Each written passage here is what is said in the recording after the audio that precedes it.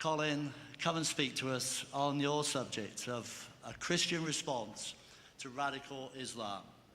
Please. And he's also a Brit as well, which is another commendation.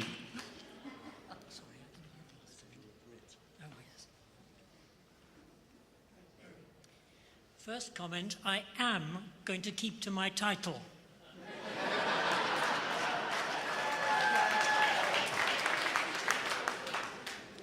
And hopefully there'll be an outline coming up on the screen. This subject is highly relevant to the theme of this conference because a conflict which was originally Israeli-Palestinian quickly became Israeli-Arab and in recent years has become Israeli-Islamic. And it looks as if the Arab Spring is turning into an Islamic summer. Since this is a very complex and sensitive subject, we need to begin by defining our terms. What do we mean by radical Islam? At its simplest, we're talking about Muslims who are politically active in order to pursue a clearly Islamic agenda of some kind.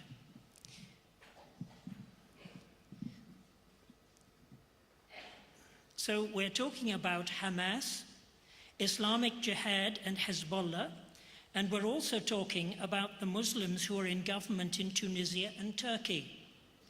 And we're talking about the Muslim Brotherhood in Egypt, who are relatively moderate and have even included Christians within their party, and about the Salafis, who have a much more hardline Islamic agenda, even talking about putting Christian Copts back into the position of dhimmis. It's important to recognize that only a limited number of them believe that violence is justified to achieve their goals. The majority of these Muslims do not believe in using violence and want to use peaceful and, in many cases, democratic means to reach their goals. In the past, we've talked about Islamic fundamentalism and Muslim fundamentalists, but Muslims have never liked the word fundamentalist being applied to them because it was coined in a Western Christian context, the USA, at the beginning of the 20th century, and they feel it doesn't fit in an Islamic context. Another term that has been used is political Islam, which is quite helpful because it emphasizes the political element. One of the commonest words that is used is extremist, but I suggest we should be cautious about using it because it is full of value judgments, and not many people would like to call themselves extremist. Most people in the media and the academic world today, therefore, use the terms Islamism and Islamist. So in what follows, I'm going to speak most of the time about Islamism and Islamist.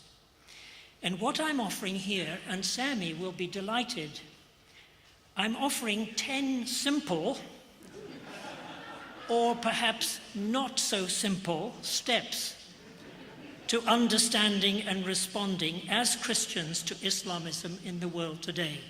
So first of all, we need to try to see ourselves as others see us. In October 2001, just a month after 9/11, an American journalist, Paul Kennedy, wrote an article in the Wall Street Journal. It was his way of trying to help fellow Americans to see themselves as most of the Muslim world sees them. This is what he wrote. How do we appear to them? And what would it be like were our places in the world reversed? Suppose that there existed today a powerful, unified Arab-Muslim state that stretched from Algeria to Turkey and Arabia, as there was 400 years ago, the Ottoman Empire. Suppose this unified Arab-Muslim state had the biggest economy in the world and the most effective military. Suppose, by contrast, this United States of ours had split into 12 or 15 countries with different regimes, some conservative and corrupt. Suppose that the great Arab Muslim power had its aircraft carriers cruising off our shores, its aircraft flying over our lands, its satellites watching us every day. Suppose that it's Sorry, I can't see my text. I can't see my text.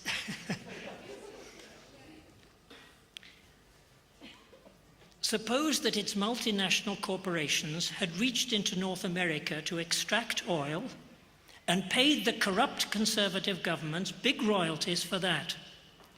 Suppose that it dominated all international institutions like the Security Council and the IMF. Suppose that there was a special state set up in North America 50 years ago of a different religion and language to ours, and the giant Arab Muslim power always gave it support. Suppose the Colossus state was bombarding us with cultural messages about the status of women, about sexuality, that we found offensive. Suppose it was always urging us to change, to modernize, to go global, to follow its example.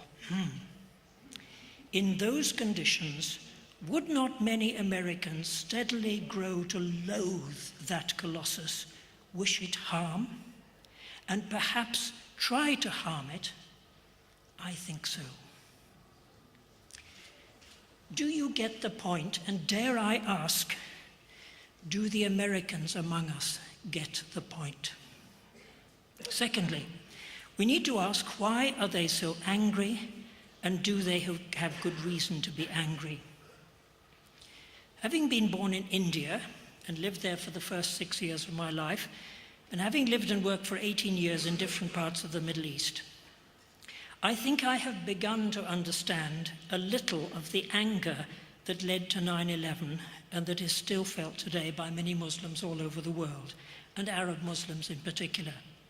They are angry at the way the Israeli-Palestinian conflict has dragged on for so many years and not been resolved on the basis of international law. They are angry about the way Kashmir, with its Muslim majority, has been treated by India since the creation of Pakistan. They are angry about the brutalization of Chechnya by successive Russian governments. They are angry that, since the end of the old imperialisms, the Muslim world has been so weak economically, politically, and militarily, and that the new kinds of imperialism allow the West to dominate all world bodies and control world trade. They are angry at the way so many governments in Muslim-majority countries have not followed Islamic principles and have become so secular and corrupt. Many Islamists are just as angry with their own Muslim leadership as they are with the West. I have to say that if I were a Muslim, if I were an Arab, I would feel some of this anger. And as I look on from outside, I would have to say that I do understand why they have been so angry, and would have to add that in many cases, I believe they have good reason to be angry. 3, let's appreciate that there is a battle for the soul of Islam, a battle between different kinds of Muslims. Think back to 9/11 and the different ways in which Muslims responded to those terrible events. There were basically 3 different responses. 1, those who said these were genuinely Islamic actions carried out against the enemies of Islam in accordance with Islamic teaching. One of the hijackers had written before his death, "Remember the battle of the Prophet against the infidels," as he went on building the Islamic State. Secondly, those who said, these actions cannot possibly be justified in terms of Islamic teaching. Zaki Badawi of the Muslim College in London made this statement 2 days after 9/11. Those who plan and carry out such acts are condemned by Islam, and the massacre of thousands, whoever perpetrated it, is a crime against God as well as humanity. And thirdly, we sympathize with their motives, but can neither support nor condemn their actions. Many Muslims on the streets in different countries were caught in a dilemma because they could understand the thinking of the hijackers and shared some of their anger. They had some sympathy with them, but couldn't bring themselves either to condemn or approve of their actions. The expression for the soul of Islam comes from John Esposito, an American Christian Islamic scholar. He uses it to describe the intensity of the struggle that is going on within the Muslim world. It's important, therefore, for us to understand that many of the Muslims around us are strongly opposed to the ideology and actions of fellow Muslims who are Islamists, and especially those who are prepared to use violence. 4. Let's try to understand the different ways Muslims interpret the Quran. If we want to understand how Muslims use their scriptures to justify their ideology, we need first to appreciate something about the life of Muhammad. For them, the most significant event in the life of the Prophet, apart from the receiving of the Quran, was the Hijrah, the migration from Mecca to Medina. Before this event in 622 AD, Muhammad had been a persecuted prophet in Mecca with a small group of disciples. But when he moved to Medina, he became the leader of the whole community and established the first Islamic state. He made the laws and led them into battle. Now he was both prophet and statesman. Religion and state, deen wa dawla, were closely bound together, and for many Muslims, this first Islamic state in Medina represents a golden age, and they look back to it as an ideal that they would like to recreate wherever they are today. So, if we ask why many Muslims are so politically motivated, one of the main reasons is that they are trying to follow the example of the Prophet. Then we also need to look at some of the verses in the Quran which sound very warlike. For example, 2:190. And fight for the cause of Allah those who fight you. Kill them wherever you find them. Fight them until there is no sedition and the religion becomes that of Allah. And 9:5. Then when the sacred months are over, kill the idolaters wherever you find them. If I had time, I would also want to look at the Quranic verses about the Jews, some of which are very hostile. Now, how do different kinds of Muslims interpret and apply verses like these? There are two principles of interpretation that they use. The first principle emphasizes the importance of understanding the original context in the life of the Prophet in which a particular revelation was given, known as Asbab an-Nuzul, the occasions of revelation. The relevance and application of particular Quranic verses today should therefore be determined by the similarity between the original context of the revelation and the situation that Muslims find themselves in today. So, if Muslims in the West feel that they are in a totally different situation from that of the Muslim community in Medina, they would argue that verses commanding warfare are not relevant to them today. On the other hand, Muslims who do feel that they are under attack from the non-Muslim world, as much as the Medinan Muslims were, could easily feel that the warlike verses do apply to them today. The second principle of interpretation, abrogation, nasakh, suggests that an earlier revelation can be abrogated or cancelled out by a later revelation. Many Islamists would argue, therefore, that the earlier Quranic revelations in which the Prophet is urged to endure opposition patiently are cancelled out by the later revelations which allow or command the use of force to resist opposition. This can therefore be used to provide scriptural justification for violent confrontation in similar situations today. So, both moderates and Islamists are appealing to principles of interpretation which have been used by Muslim scholars for centuries. I suggest we need to be careful of trying to tell Muslims how to interpret their scriptures. We should be willing to listen to how they interpret their scriptures. 5. We need to see that every situation is different and try to understand each one in its own terms. Islamists in different countries do have many of the same convictions. Ideologues like Maududi in Pakistan and Sayyid Qutb in Egypt have been extremely influential throughout the Muslim world. At the same time, it's vital to understand the special circumstances in every country and the particular challenges to which Muslims have been responding. Hamas grew out of the Muslim Brotherhood in Gaza in 1987 as a response to the Israeli occupation, which had begun in 1967. Hezbollah came into being in Lebanon in the mid-1980s as a response to the Israeli occupation of southern Lebanon after the invasion of 1982. In Syria, the Muslim Brotherhood became the main focus of opposition to the regime of Hafez al-Assad, and they were punished very brutally by the massacre in Hama exactly 30 years ago.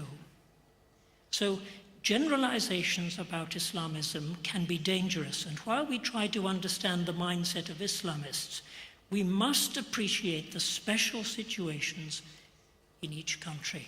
6. Let's recognize that the Islamic dimension of the Palestinian conflict has grown gradually in response to particular situations. In my presentation at the conference 2 years ago, I tried to make the following points. 1, there are strong similarities between Islamic fundamentalism and Jewish fundamentalism. We might almost say that fundamentalism in the Palestinian context has been a carbon copy of Jewish fundamentalism. 2, Islamism in the Palestinian context has developed gradually over the years. 3, this development has to be understood in the context of the occupation of the West Bank, Gaza, and Lebanon. I would dare to suggest that if Israel had complied with the famous UN Resolution 242 in 1967, Hamas might never have come into existence. And if Israel had not invaded Lebanon in 1982, there might be no Hezbollah today. 4, terrorism and suicide bombings have been an expression of despair. If you believe your own leaders have let you down, if the whole Arab world has let you down, if the EU, the USA, and the UN have let you down, where else do you have to turn? And if, in addition, your religious teachers promise you instant, guaranteed access to paradise, what's to stop you blowing yourself up? So, Islamism in the Palestinian context has not come into being in a vacuum. It has been a response to something very specific. There are some very special reasons why it has developed in this context. 7, let's recognize that radicals are capable of changing their minds and being pragmatic. Let me give 2 examples. The original constitution of Hamas contained 36 different articles, most of which were based on Quranic verses or sayings of the Prophet. If you look on the Hamas website today, you will probably not find the constitution. Why? Because its leaders soon became embarrassed by its strong polemical character and started being much more sophisticated in their rhetoric. The articles on their website today are much more moderate. Khalid Haroub, in a study of Hamas, has written, "What Hamas has resigned itself to do thus far is to let the charter die on its own, moving on and leaving it behind, hoping it will just go away." Rashid Ghannouchi, the Islamist leader of the new government in Tunisia, said and wrote some very strong things while he was in exile in Britain. But now that he and other Islamists are actually running the government, they know that they have to be much more pragmatic and perhaps less idealistic than they were before.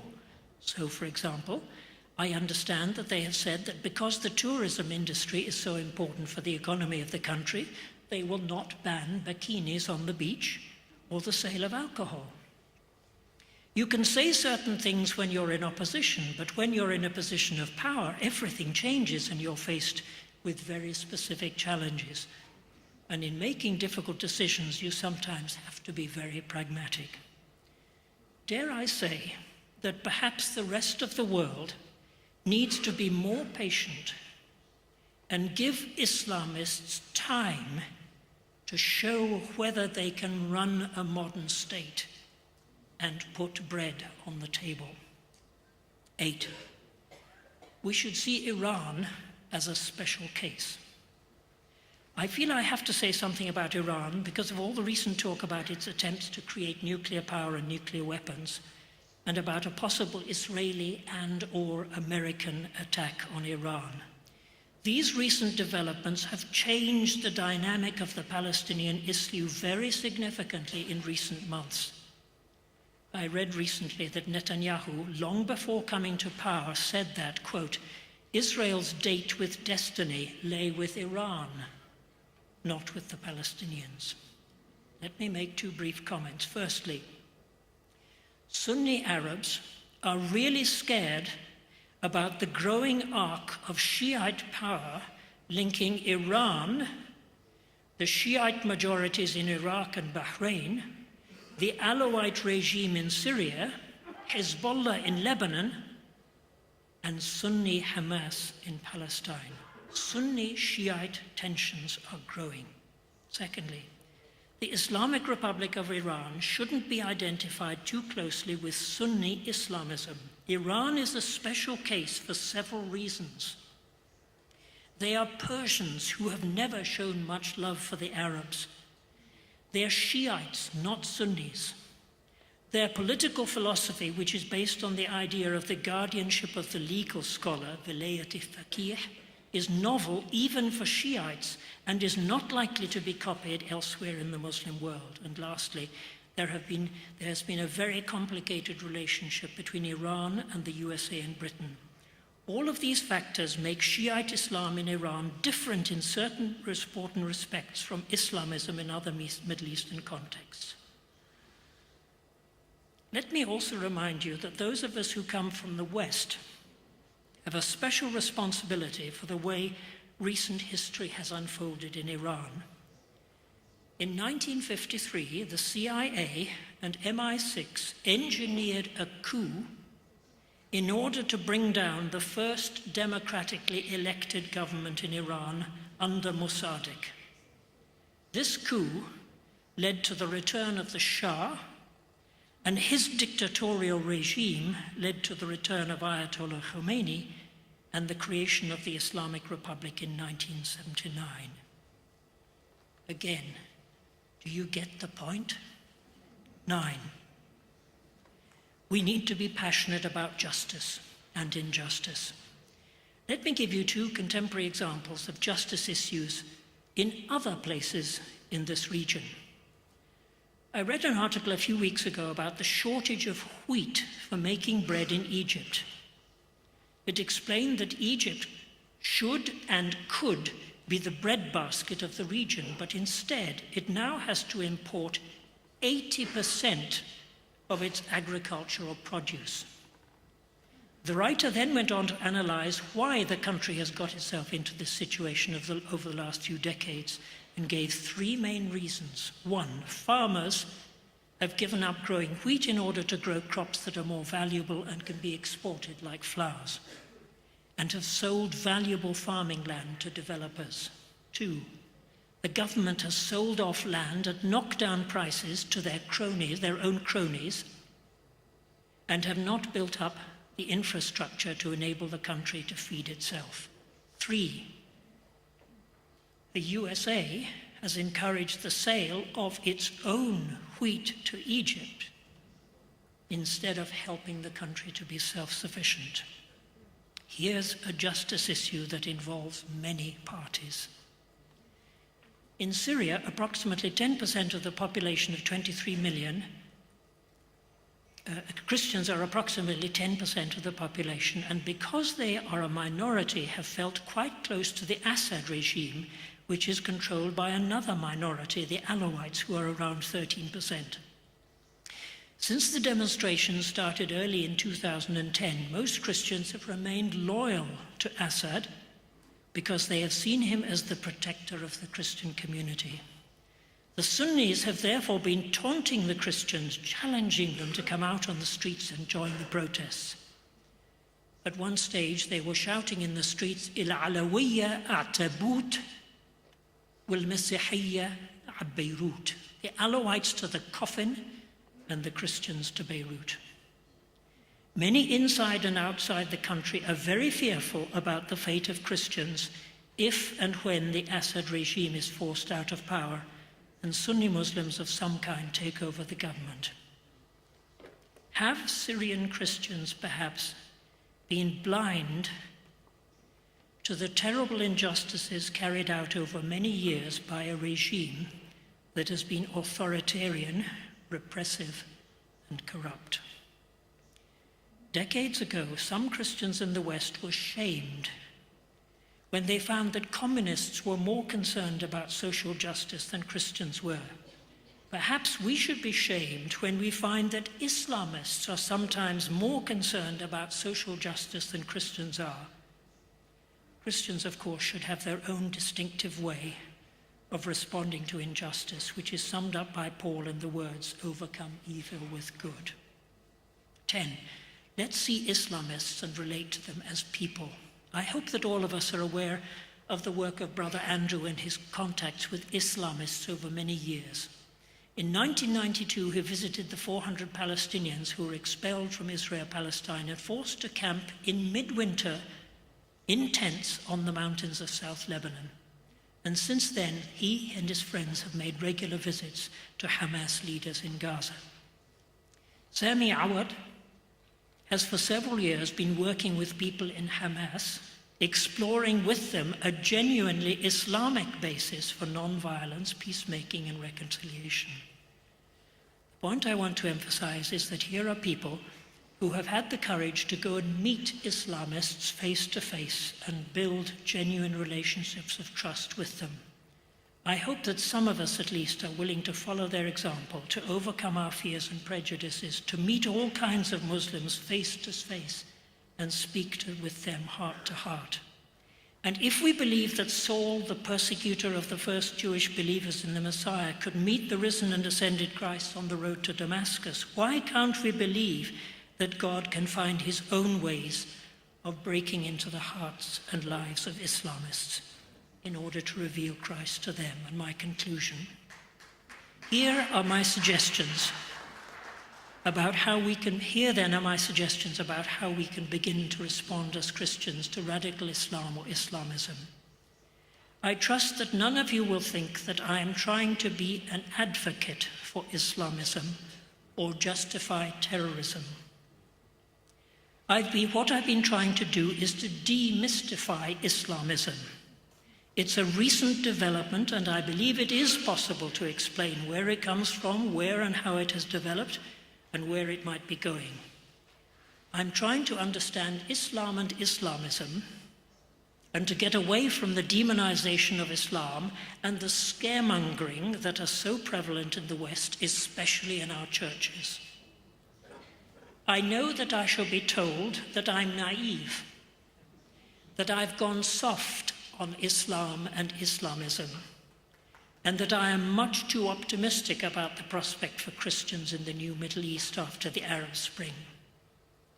I know very well the saying, "Ba'ad Sabt yijil Ahad," after Saturday comes Sunday. I know very well that some Islamists are deceitful and unscrupulous criminals. Others are bullies, strong men who want to impose their will on Islam and Islam on others by force. Some of them have not yet learned that power corrupts and absolute power corrupts absolutely, but I am not as pessimistic as some, because I believe that many Muslims do not want strongly Islamist governments, and that the younger generation who have taken to the streets are longing for greater freedom and a better economic future. The deepest longing of all devout Muslims is, let God be God. They want God to be honored in the public sphere, in society and the state. Shouldn't that be the longing of every Christian as well? The longing that God's name should be respected and his kingdom come on earth as it is in heaven. Christians don't agree with Muslims about how the kingly rule of God comes on earth, and we disagree strongly with Islamists over many issues. But let's at least try to understand them and not to bear false witness against them, to relate to them as people, to love them, and to live alongside them, to challenge them and engage in hard talk with them, and then perhaps to demonstrate by our actions that there may be another way.